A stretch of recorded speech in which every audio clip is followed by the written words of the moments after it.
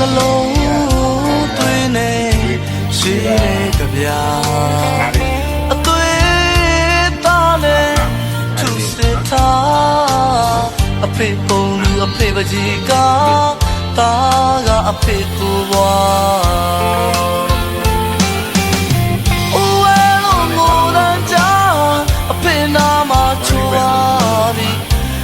နှလုံးသားတွေကစိတ်ဝင်အောင်ချစ်တဲ့အဖေသားဘဝသွေးရုံးခံရဆိုင်မို့ဒီဖမဲတော့ကအိုလူသာဒီတော့ညတဲ့ဝမ်းခက်တဲ့ပြောလို့နောက်တော့တာအတင်းက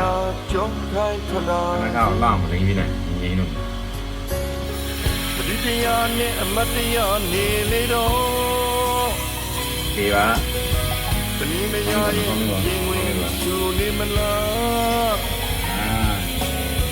အော်ဒီလိုဒီကျစတာလေဘန်ထားတဲ့လမ်းစမဆုံးခင်မှာ